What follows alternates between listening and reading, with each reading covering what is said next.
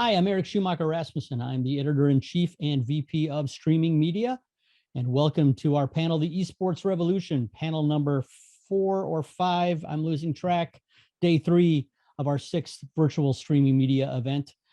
I always have said before each one of these previous virtual events that we'll see you in person next time. I'm not going to promise that, but we are planning Streaming Media East in Boston for May 24th and 25th, 2022. Might seem like a long way off, but we'll be announcing details about that soon.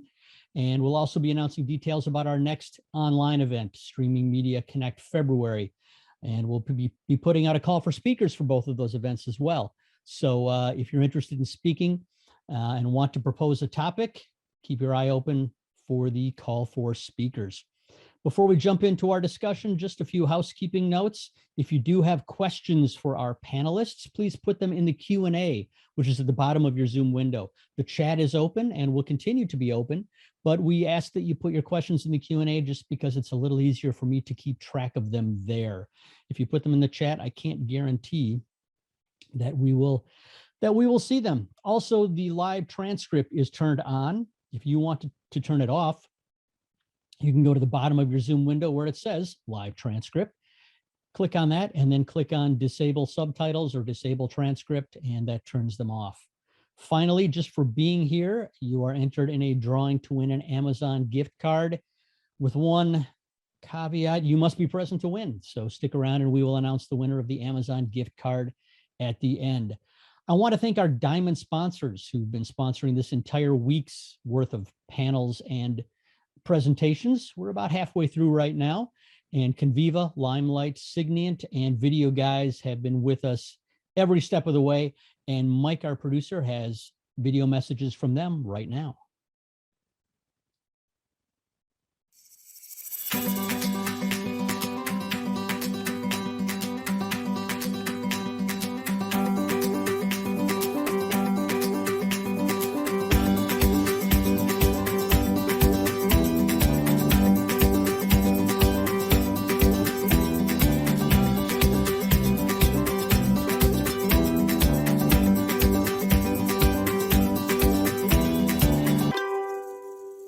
VideoGuys.com is your source for the LiveU Solo, and our Black Friday special starts now.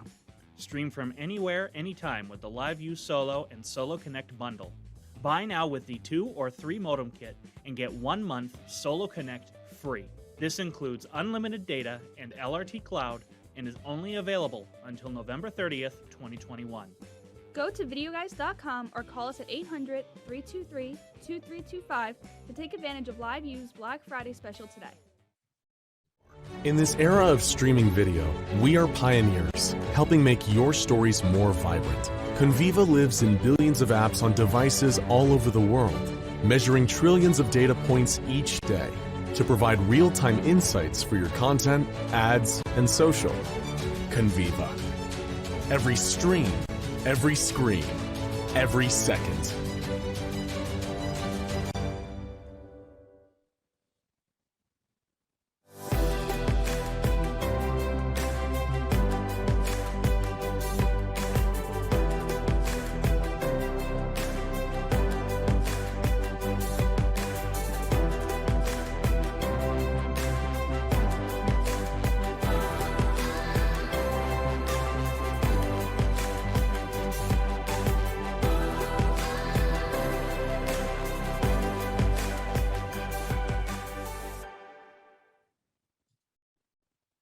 Again, thanks to our sponsors for helping to make this possible.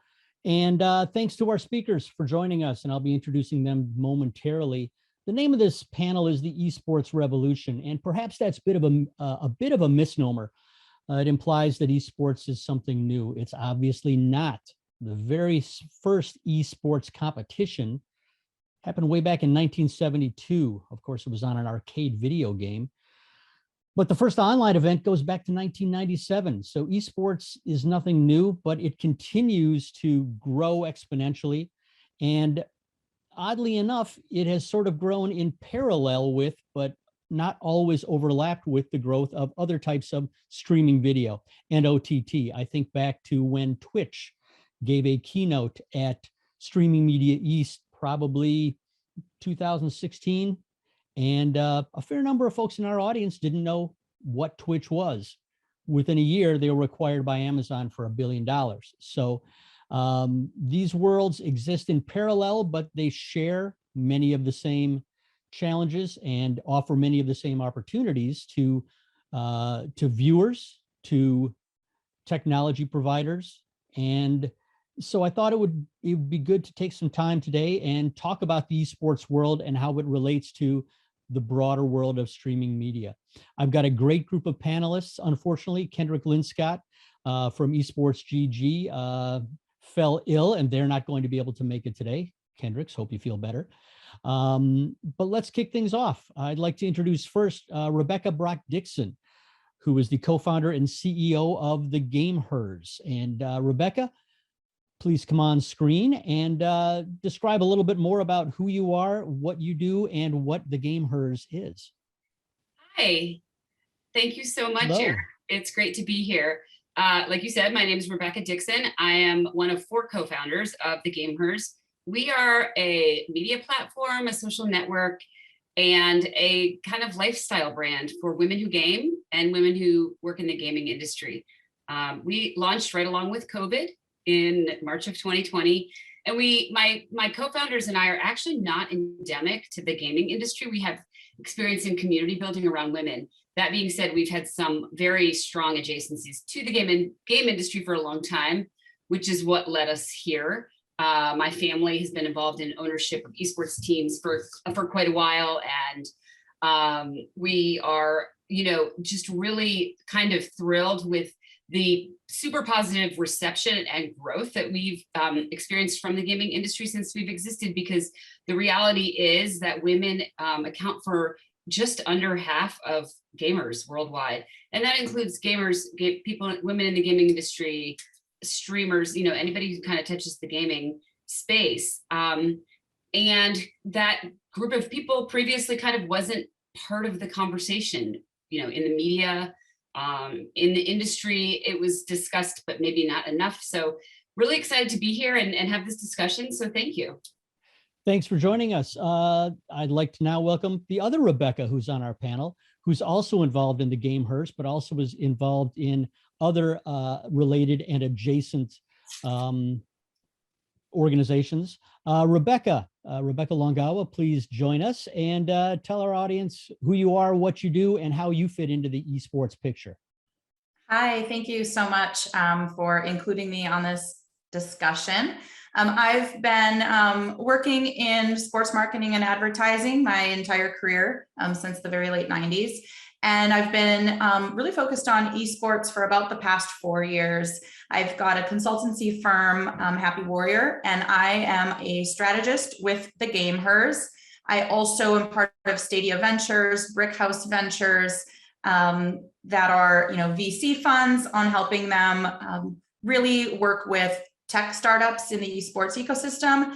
And I work with the pro esports organization version 1 and their Call of Duty team Minnesota Rocker on monetization of their teams. So I play in a lot of different spaces within the esports ecosystem. I really look at things through that brand marketing, go-to-market strategy lens, and happy to share any insight that I can on this discussion. Outstanding. And our third panelist is Ari Evans from, speaking of tech startups, Maestro. Ari, join us and tell us a little bit about Maestro and your experience and work in the space. Thanks, Eric. It's great to be here. So Maestro enables brands and creators to curate custom digital experiences for their audiences. So we're really establishing ourselves as a all-in-one interactive video and live streaming platform to really convert passive audiences into active customers. And the story you were telling Eric about years ago with, Twitch giving a keynote talking about what they are, I think that in general, the streaming media world has a lot to learn about esports because it's really been doing streaming right since the beginning. It's interactive, it's engaging, it's dynamic, it's compelling. This is the very beginning. We're scratching the surface of what can be done with this medium. So at Maestro, we kind of take those themes and innovations from esports and live streaming.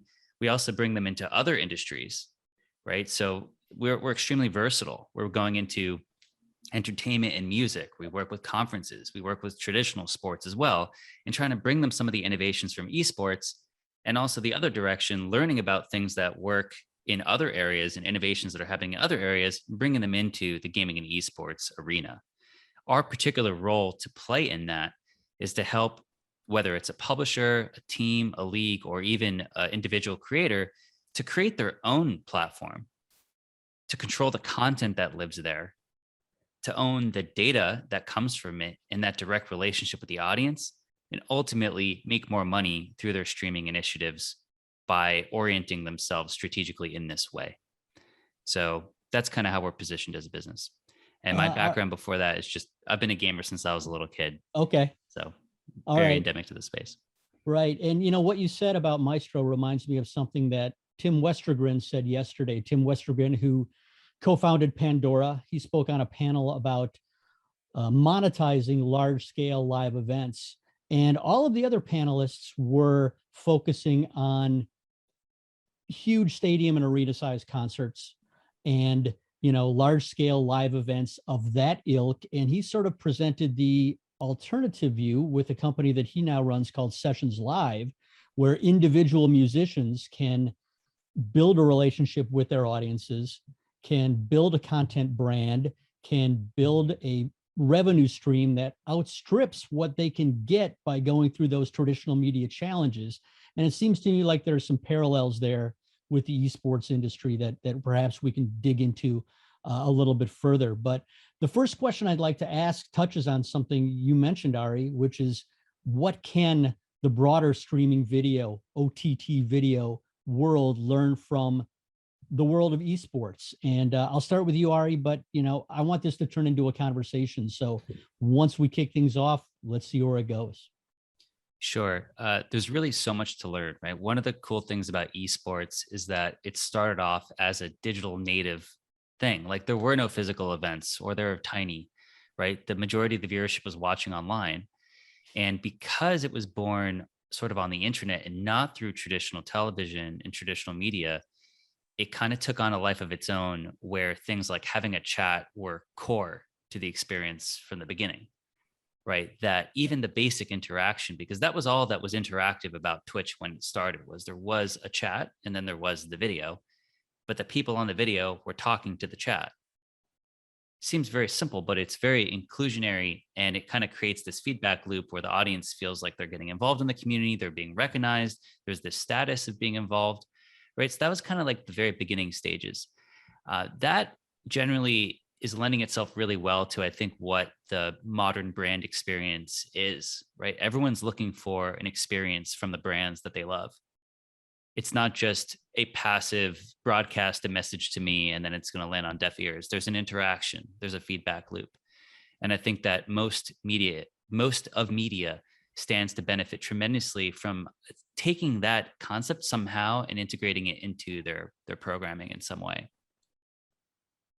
Yeah, to expand on that a little bit, just from my personal experiences, starting in traditional sports and working with traditional athletes, the way that technology started to evolve in the mid 2010s with these athletes really understanding the power of their social media.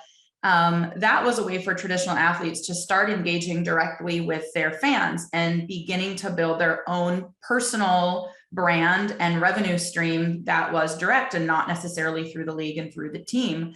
And the interesting thing about esports, that chat is real time, and it is even more powerful. The fans have such an affinity for a lot of these streamers because they really feel like they are part of the conversation as a fan, and that they have this direct access. And it is happening, as Ari said, in real time, which is absolutely powerful. And I think one of the things that we're starting to see now is those traditional athletes starting to understand the power of getting into these streaming platforms and creating a brand presence there as well, in order to even lean in deeper when it comes to fan engagement and growing relationships in those authentic ways.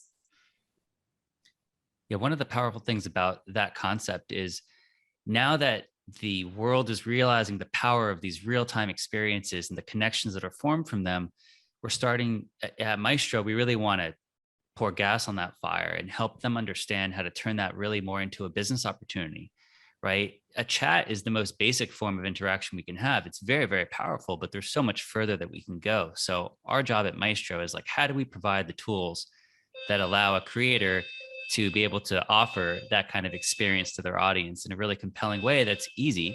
And then how do you find new ways to make money and monetize when you have this direct interaction happening? So whether that's live shopping or a meet and greet that's paid, that intimate access, right? Fans will pay for that. Let's explore this medium and find more ways to actually make more careers out of this.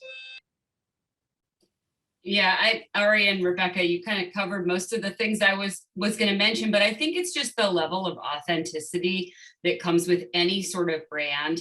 When you think about esports organizations that often model and share similarities with traditional sports organizations in terms of that fan base, the brand, and kind of then if you move that over to the streaming side of things, with the direct access and also the opportunity for streamers to have a personal brand, and then have that personal brand be affiliated with maybe a brand they're working with, and then to have that direct access to their community. It's all, just it's right direct access to potential brands, to consumers, and that therefore, like Ari said, it could be an actual business. So it's just kind of, it's really fascinating when you think of it in that sort of simple way. We've already got a question, unsurprisingly, from a streaming media audience about the tech innovations that have transitioned from e-gaming to streaming. We'll come back to that a little bit later. But, again, I talked earlier about these worlds sort of growing in parallel. But, the live streaming audience for esports is set to reach about 1 billion this year. And those are numbers that Netflix and Amazon Video and Disney Plus would be quite happy to have. But of course, it's happening on platforms like Twitch or YouTube or Facebook gaming. Will those worlds forever stay apart? Or are there opportunities for what we can call traditional? If you can call something that's only 10 years old, like Netflix, well, it's longer than that, traditional. But are there opportunities for these more mainstream, I guess, OTT platforms to either live in the esports world or take some of the esports innovations, not so much the technical ones, and reach their audiences with them? I mean, I suppose the answer is yes, because Netflix is already introducing gaming, at least in beta. But what are your thoughts on that? Rebecca, Dixon, you want to start? Yeah, sure. It's such a big question. In short, yes, I think there are opportunities everywhere. And what I think is fascinating, first of all, that esports was and sometimes still is called like the wild, wild west. It's still, the esports and gaming industry, while enormous, is still young. I mean, you mentioned even Netflix is sort of young, but these things change so quickly that we feel like they're not young, right? I think everybody is jumping in and saying like, oh, Peloton is in gaming. Everybody's in gaming, right? And what that is going to look like, I think each day, each week, each month, it really is going to kind of change. I think a lot of it will be sort of a little bit driven by how it's all consumed, and also a lot by the creators, and also a lot by, again, what Ari was talking about before, about kind of where the business opportunities lie. But I guess the last thing I'll say is, if I'm sitting at, working at Netflix right now and all of the other more traditional platforms, then yeah, they're going to all be figuring out how they can kind of get involved as soon as possible. One more thing I'll say is, I do think that we're sort of at this interesting point in time where all industries pretty much are converging and basically. And so when you have music being launched in games, when you have traditional sports overlapping with esports a lot, in terms of everything from ownership groups to fan bases, you have, organizations, like NASA and the military, using gaming. It's impossible that the more traditional platforms aren't going to kind of be getting involved. And what I will say is, it's very hard to predict, and it's a fascinating it's a really interesting and big question to watch, I think, every day. Yeah, and even yesterday in this live streaming, live events panel talking about live concerts, no one mentioned the live concerts that are going on in Roblox and Fortnite, but they're huge. Totally. Ari, you were gonna step in.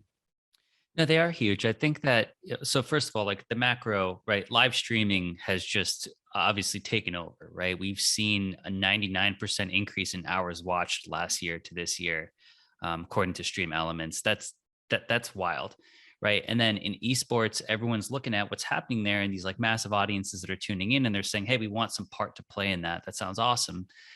I think that just simply carrying and distributing esports content through traditional mechanisms isn't going to be that successful. And we've seen a bunch of attempts to do that.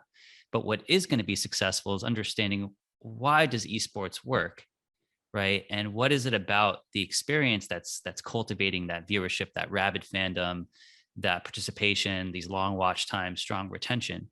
That's the learning that I think traditional media can stand to benefit from. So a lot of the topics that have been raised by Rebecca here about like community building, it's critical, right?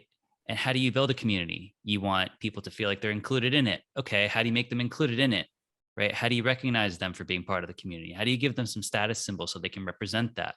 On Twitch, that's an emoji pack. It's a subscriber only badge. These status symbols may seem small to the uninitiated, but when you get into the nuance, those things really matter. They matter a lot.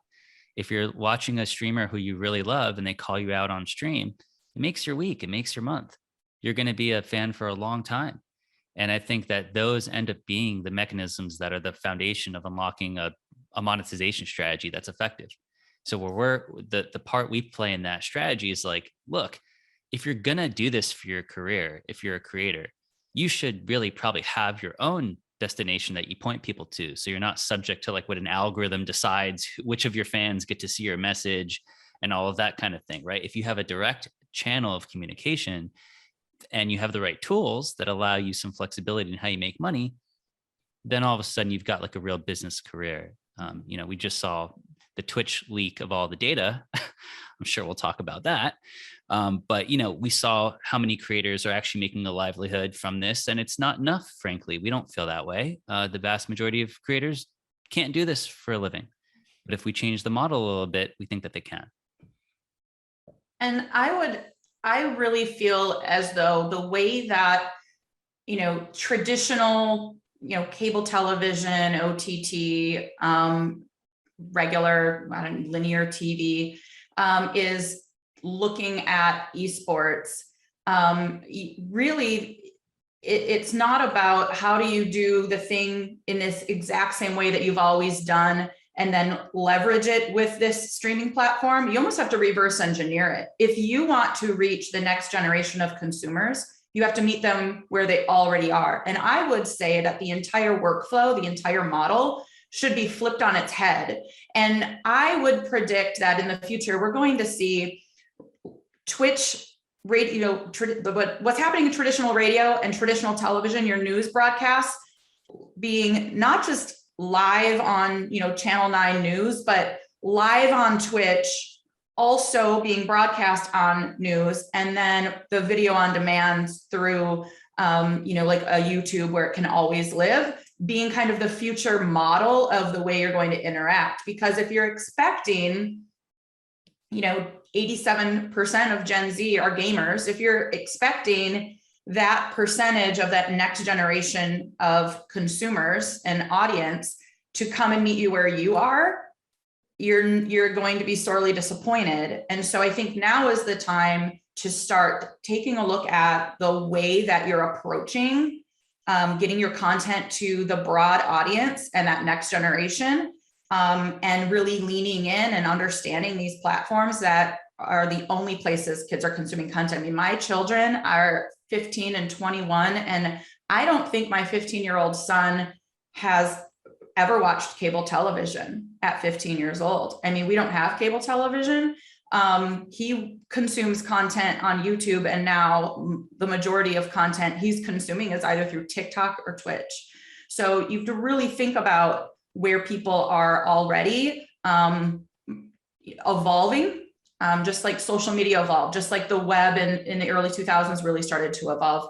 I remember being at an ad agency and we're trying to pitch building websites for brands, and we would get companies telling us that they didn't need a website because they were in the yellow pages. So it's really about evolving where the tech is going and starting to evolve your business to start where the future is going to be and not expecting for the future to turn around and come back. Yeah, there's no question. We're not going back to the traditional media experience. I think that's, kind of, it's not dead, but it's dying in a way. But something I think is important that Rebecca kind of touched on, right now you have to go where the audience is because the experiences on those platforms are what Gen Z and millennials and everyone else is kind of expecting. But that is a little bit in conflict with a brand strategy in some cases, right? They're basically just they're paying their own marketing dollars to send their audiences to a platform that someone else controls. And we all know the crazy fiascos happening with Facebook and privacy and all those issues, right? Brands do need a way to own that direct audience relationship. I think they're also getting wise to that after the last 5-10 years of building their audiences on Facebook, then paying again to reach those audiences over and over again. That, that's not really the right business model. So what we're evaluating, and we're not the only company doing this, there are others. How can we make it so easy for you, brand, to have that level of experience that you control yourself? If you could have that, would you have that? And this is a very good parallel to what happened in e-commerce, right? At the beginning, it was like completely impossible for you to have an e-commerce store because how much startup cost there was and maintenance cost to have that. But eventually companies like Shopify came around and said, you know what, we're going to turnkey this thing for you. And you're going to have as good of a shopping experience as the top retailer in the world. Would you like that? It's $100 a month, $20 a month. Of course, yes. Where do I sign up for that? Right. And that doesn't mean that those that those merchants don't sell their products on Amazon. They do. It's just they don't market Amazon. Amazon doesn't need any help marketing itself. Right. You're going to send people to your own store. So we think in video, there's some parallel of that that's likely going to happen. We hope to move it forward in that direction in parallel to the big platforms. Speaking of big platforms, there's a really good question in the Q&A from Eric Hers, who's asking, if it's such a big market, why did Stadia fail and why is Twitch so far outpacing everyone else? Is there room for a lot more big platforms, or will Twitch, he wrote Twitch Google up, I think he meant gobble up maybe he didn't mean Google, Twitch gobble up most of the eyeballs, or was Stadia just a bad platform for technical reasons? I think, it comes down to a couple of things, and I'm sure, Ari and Rebecca have insight on this as well. I think that Twitch really was able to create a narrative that resonated with that core audience, with the generation, and they are of a very community first platform that allowed people to people who believe in what each other believe in, the Simon Sinek, being able to come together and really build their own community. It really felt like it was happening organically. And, a lot of people are like, wow, Twitch just skyrocketed and came out of nowhere, but it didn't. It started as a completely different name. What didn't even start as being called Twitch was with Justin TV, and it grew into what Twitch is now. And by the time the world caught on and it became mainstream, it did look like this giant, but it didn't just brew out of nowhere. I think from my standpoint of where from my brand perspective, feel like Google Stadia, I think that they were a little early to market at a time in which consoles are so powerful in the way that type of gamer is interacting with their console. And they weren't really great at connecting the why, why Stadia. They talked a lot about what it does and how it works. And this is also back to the Simon Sinek why. They didn't necessarily create a compelling reason for why each individual person would want to interact with the Stadia platform in lieu of the traditional gaming systems. That I think was very difficult for them to overcome because people just didn't understand why it would be relevant for them, and why it would be better than what their existing experience already is. Yeah, I think that is actually the main reason I think so as well. And it comes from, I mean, my professional background before being kind of in an entrepreneur world was in branding as well. And so even if you just go to like the brand, to have someone switch from one to another, there has to be a problem that you're solving, I think, like that really differentiates it. Obviously there are many examples in the world of two brands that don't really necessarily have differences in how they both got started, maybe regional, who knows. But I think up to now, Twitch exists. It is the place to be. There was the Twitch leak, and even so, it's still the place to be. If you know, it is. And does that mean though, like to go back to the question in the chat, that there's not room for another one or competitors? I wouldn't say that. I just think there would need to be some compelling reason for a lot of people to switch. Yeah, I think the point that Rebecca Longawa made about, sort of, well, both of you, who is it for? What problem does it solve? I think that was really unclear. It certainly wasn't for the hardcore gamer, right? They're never going to beat the performance of having their PC that they poured their heart and soul into building, right? That's not going to happen. It's not really for the casual gamer. That's not the type of game that they play or sort of need to play. So it was for this like unknown middle, right? I think comparing Stadia against Twitch is not really analogous, because one is a way that you're going to actually play games, and one is more the community building and watching games. And maybe that was something that was also missed, right? Where is the community element in Stadia? It wasn't really there. So, my opinion is you're not going to out Twitch, right? I think Mixer is the best example of that. If Microsoft with unlimited resources can't beat Twitch, well, it's unlikely that anyone can at that game. So we think a different game needs to be played in a way here, right? When you sit down and you think about what are the problems and what are the alignments of people's objectives, stakeholders in the ecosystem, you have the publishers, right? They make a game and they want marketing of that game. They would like to have more control over the audience, but right now you have to choose. You either get control or you get audience. And right now the choice is audience, right? If someone comes around and figures out how to give you control and audience, that will probably be a superior model. But, remains to be seen exactly. I mean, we're trying to help foster that as a totally different model and different direction. And we think that, a lot of publishers are going to have a vested interest in having something like that run alongside their presence on big platforms.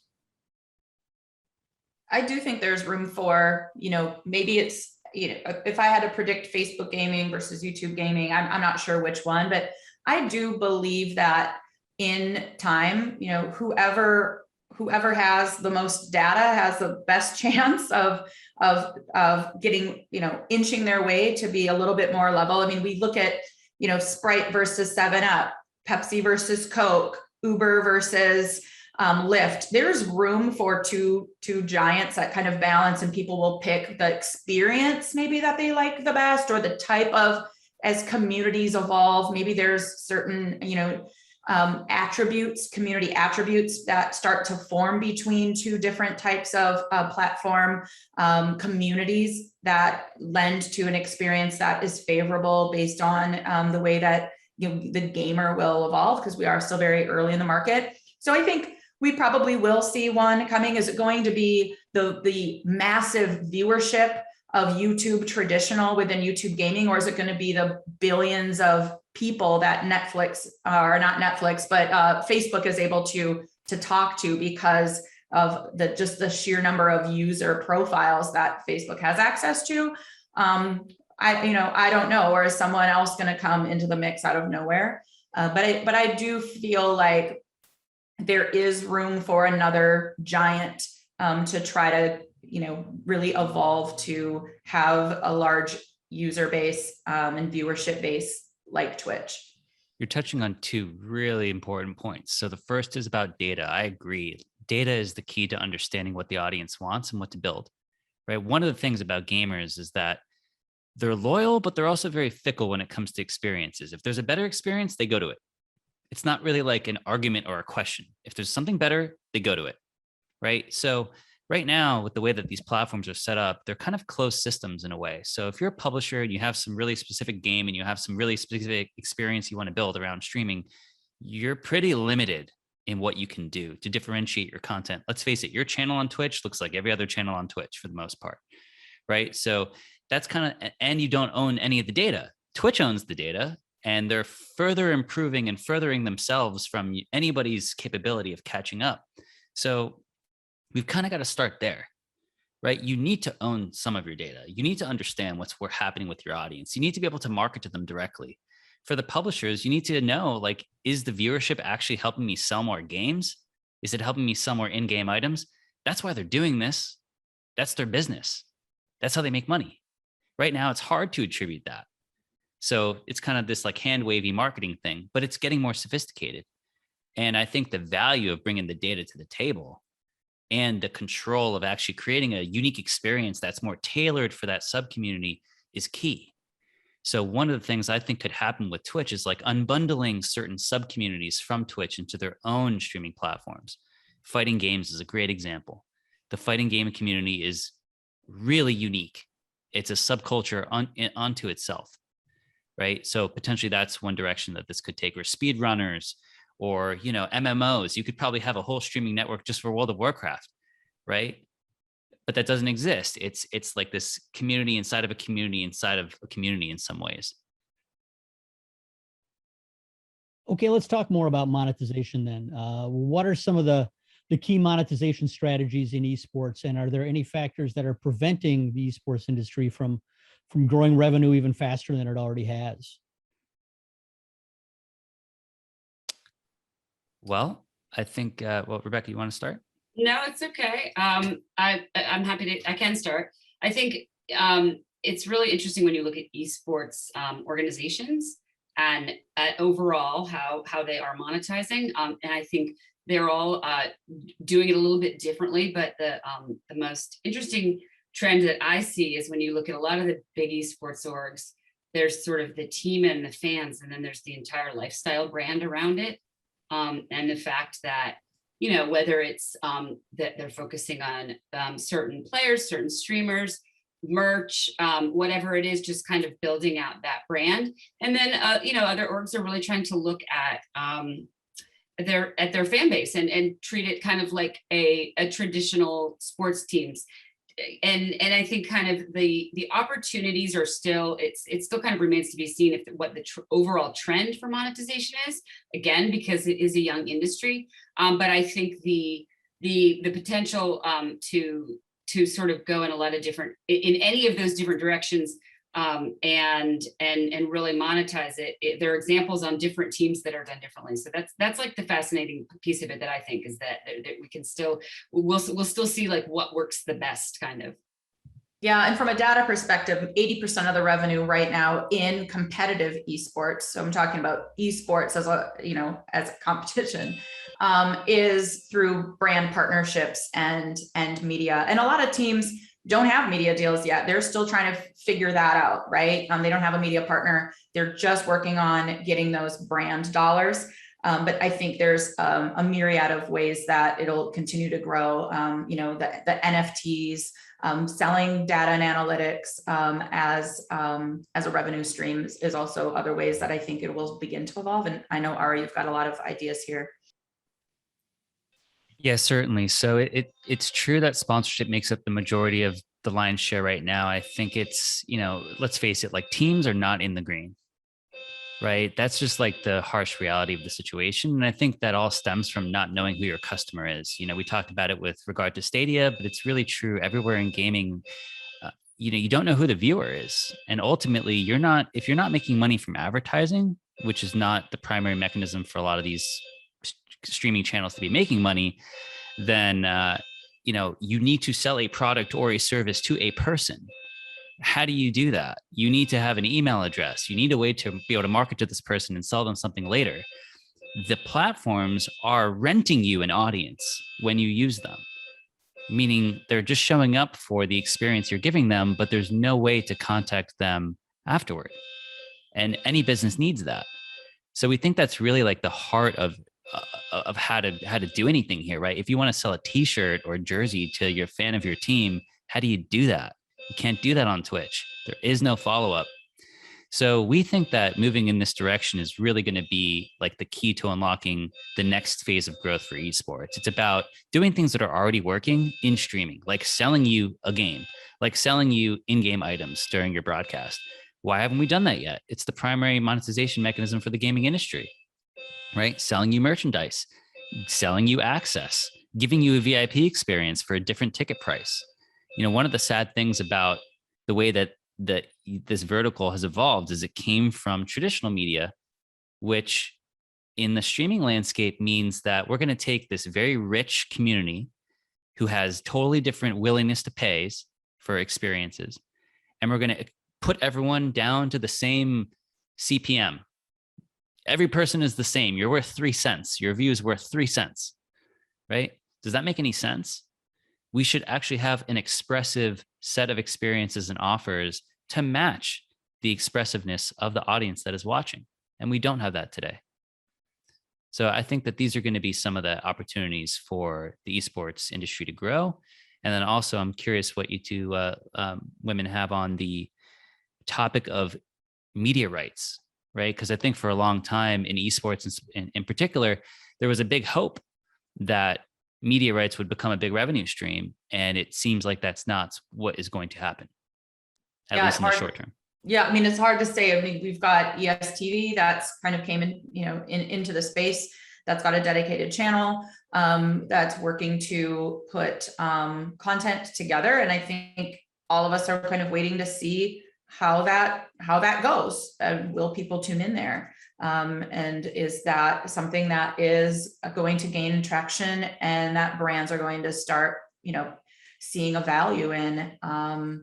It's interesting because the way that I feel Twitch feels like media rights. Twitch is the media platform in an essence when it comes to that streaming content. So for anybody to go toe to toe in any direction, it's going to be difficult to really get people to turn their eyes elsewhere at least where we are right now. Yeah, I basically agree with that. It's almost like the definition of media rights is changing a little bit. But yeah, what Rebecca said. Yeah, I think to compound the problem, one of the reasons why media rights works in general for sports so well is because there's a very competitive multi-bidder situation. And in esports, there really isn't. It's a duopoly. I don't know what you call a threeopoly, but yeah, maybe if you count Facebook in that, right? So there's just not enough competitive pressure. And to the point that Rebecca Longawa made, like, you have to be there. It's not a choice. So like Twitch doesn't need to pay you for the content necessarily, because you got to be there anyway if you want to get the audience. 100%. Now, of course, there are deals happening, but they don't feel any competitive pressure to increase the dollars that are paid toward these things, because that's the dynamic of the market right now. So again, coming back to if you could own the audience and you could have more independence or not be as dependent on the big platforms, you have more leverage in the conversation, in the media rights negotiation, in everything. I will say one big white space is where traditional media does a really great job, and it always has, is storytelling. And there are a lot of stories, a lot of beautiful, compelling stories to be told within this space, whether they're fictional or non-fictional, whether documentary style or, really getting into, scripted esports-esque, gamer-esque content. That is where I think there's room to really take a traditional model that can create compelling content. I mean, when you start telling the stories of individual talent within the space, whether they're on the industry leadership side, whether it's a pro streamer, or somebody who's on the rise and following their career, or the competitive raw nature of these live events and these esports athletes, and you can really dive into the person, the spirit, the entity of who that person is, and really get the mainstream audience to see that, to understand it, to really crack that egg open so that people can have a deeper emotional, personal connection with personalities. That's what traditional media is good at. That's what traditional production is good at. So I think that's an interesting way to perceive it in lieu of trying to replicate what is working in a live stream and trying to, either replicate it or manipulate that. Is do what you're already good at and just tell a new story. I mean, we saw this, the Michael Jordan documentary explosion over this last summer. Everybody was wanting to watch that. We've seen really powerful narratives on like 30 for 30 type of documentary style content that really gets a huge amount of viewership. I think for right now, that type of content could be extremely powerful, and it's something where you could monetize it. Yeah, I think like this is, you mentioned that your kids watch TikTok and Twitch. Like, why is that, right? Like, what's the commonality? I think the reason why people are gravitating to TikTok over Instagram is because Instagram is like a filtered version of your life, and TikTok is very real. It's just humans doing cool, entertaining things, teaching you things, right? Like, yes, we need to tell those stories. Yes, we need you to have a connection with the protagonist of whoever this is. But the cool thing about interactive video and where that's going is you can actually take it to the next step, right? Have that one-on-one connection or private group connection. Maybe you pay for that access, maybe you don't, right? Maybe there's some other benefit to doing that. But once we've done the job from the media and storytelling perspective, then we can take it to the next level, turn it into a business opportunity, turn it into a deeper connection, turn that into a lifelong fan. That's what I think is really what is coming, that we're barely scratching the surface of interactive video as a mechanism to drive that fandom. Yeah, and that reminds me of something I thought of before. It is sort of circular. If you do the storytelling, then you kind of can create the fans. And we have at the gameHERs, we host the gameHER Awards every year, and they're coming up in a couple weeks on November 18th. But this whole process of voting and then nominations and then voting and the finalists.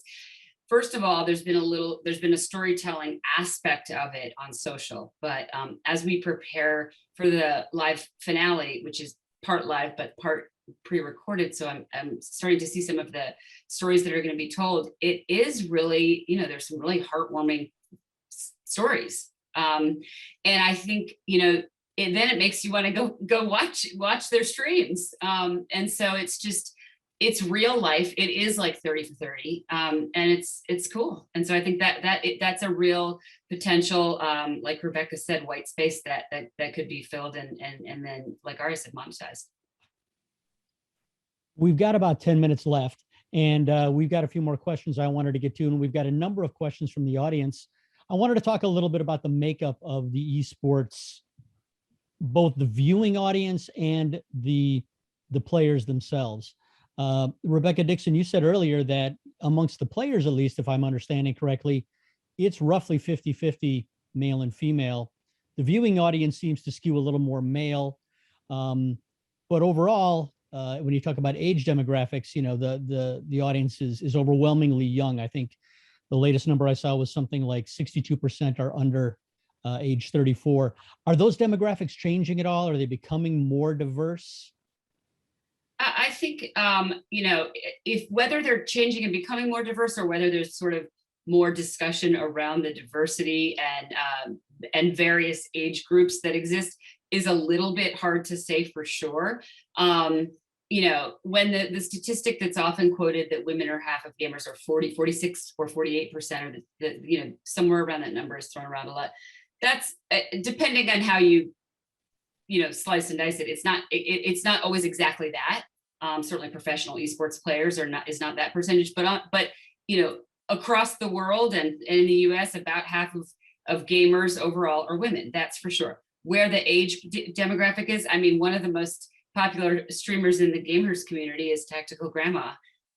So are there successful and interesting stories behind relevant gamers of all ages? I think the perspective that I'll offer is that having more discussion around the fact that there is a huge level of diversity is what I see happening. Whether the age is changing, I don't actually know that. I don't have that data off the top of my head, but I think, in terms of when you're speaking about the inclusivity aspect of it, it's an absolutely gigantic group of people in the first place. So to put media out about all of them, I think is important. And from a branding perspective, I think Rebecca Longawa already quoted the statistic that 87% of Gen Z games. So having young people game, isn't always a bad thing from brands. Yeah, and I would almost say, like, why are less girls watching streamers on Twitch? Well, take a look at the top 100 Twitch streamers, right? How many girls are there? What, 2, right, out of 100? Who are they going to watch? And has anyone put a lot of thought behind the type of streaming content that girls and women want to consume and want to watch? There's not a lot of thought in the design of games specific to what girls and women want. It's usually very assumptive, right? Dress up your Barbie, braid your pony's hair kind of garbage that once a young girl reaches a preteen age, there's really not a lot out there for her. And there's not a lot of protagonist video game characters that young girls can even look up to and resonate with. So they're playing, they're definitely playing, and they're engaging with gaming in a myriad of ways across all major platforms, from PC to console to mobile gaming. They're definitely engaging in the content from being a gamer. But when you look at even some of the top female streamers, a lot of them are hypersexualized. They're doing that to grow their viewership, which is going to be male viewers. I think we need a broader conversation industry-wide about, and really starting with the publishers, and then really bleeding into each of those gaming organizations and the pro teams of how can we create safe and consumable content for girls and women that they can really resonate with, and then continue to draw viewership from. Not that young girls and women don't want to watch male streamers. They do, and that's happening. But it is, historically proven that we want to feel like we have a connection, and we are more apt to watch somebody do something that we can look up to, that look like us, that feels like us, or feels like they come from, our own community. Just to kind of touch on a few trends and some important themes. I think I couldn't agree more. We need role models as protagonists in video games, and not just women. This is really to represent the diversity of the human population, right? To start there. Luckily, in the past 2 years, we have seen some awesome examples of female protagonists as main characters in video games, like Horizon Zero Dawn is an awesome example. Uncharted had a totally spin-off game of the female protagonist.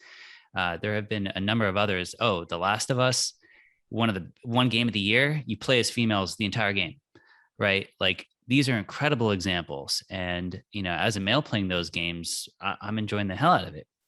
So I think that we do need to start there, but I think that now that storytelling is becoming so much more compelling. The Last of Us too, it's like watching a movie that you're playing, right? So getting the storytelling to represent the diversity of the audiences who are watching is clearly something that I think video game makers are thinking of a lot more now when they're building their games, because they want these stories to resonate with audiences. And I think that's really where sorry for the alarms. I think that's where this is going, right? 2.2 billion gamers, that number is growing like crazy. And also 1 in 3 kids wants to be a creator when they grow up. So this is naturally going to become more diverse. 1 in 3 kids wants to be a creator when they grow up. Like, this is going to get better. And I think the more strong examples we have that are becoming successful, we need to hoist them up and use them to encourage the future. We've got some technical questions, and I just want to say, if you think as a viewer that hearing the fire alarm is a little distracting, my hat's off to Ari for absolutely plowing through and acting like nothing's going on. As a speaker, that can be insanely distracting. Like I said, most of the questions in the Q&A are technical to one degree or another. And one of them, though, I think ties back to this topic of community and the ethos around esports. An anonymous attendee asks, points out that, or asks if the more community-based production tools like OBS, Companion, Ecamm are winning out over more traditionally developed and marketed tools like Wirecast and Logitech and vMix. Does that sort of community authenticity ethos carry through even to the production tools that people are using? That is a question beyond my pay grade, sir. Yeah, I'd say without a doubt, right? Yeah, Without a doubt, sorry. right? I mean, we have seen even in, like, you watch a sports game, there's tweets on the screen, there's Instagram photos on the screen, right? Like, that is a representation of adding social and adding community into your broadcast. So you need software that's going to enable you to look at the tweets coming in and pick one to put it up on the screen. So whether it's a companion app that it's kind of more of a second screen to have the community, or whether you're on Discord chatting to the community while you're watching, Discord's also been playing around with a lot of ways that people can watch content while they game and chat. So we are seeing like this just melting pot of concepts just like merge, right, all over the place. I would say that the production tools that are going to take off, or one of them, I hope, is that, we find ways to give that, turn on the feedback loop. It makes people more engaged. We have plenty of data that shows when people are engaged, they watch longer, they come back more often, they spend more money. And those are the things that are going to make these businesses be able to grow their programs, invest more, grow their communities, right? So it's cyclical. All right. Well, we do have a bunch more questions. And what I'm going to do is take the questions that we haven't gotten to here. I will save them and I will send them out to all of you. And if you feel comfortable and able to answer them, I'm sure our attendees would really appreciate it. We do have to wrap things up. This was an incredibly fascinating discussion. I wish we had more time. Thank you, Ari and Rebecca for joining us. Thanks to our sponsors, Conviva, Limelight, Signient, and Video Guys for making Streaming Media West Connect possible. Our Amazon gift card winner is here in my chat with my team here somewhere. And I'll be darned if I can find it. So it's got to be in here somewhere. Sean Moe, you've won the gift card. Check your email. Once again, thanks so much. We'll be coming back in 30 minutes with our Innovation Hour featuring BitMovin, Nanocosmos, and NetInt. Thanks again, and we'll see you in a bit.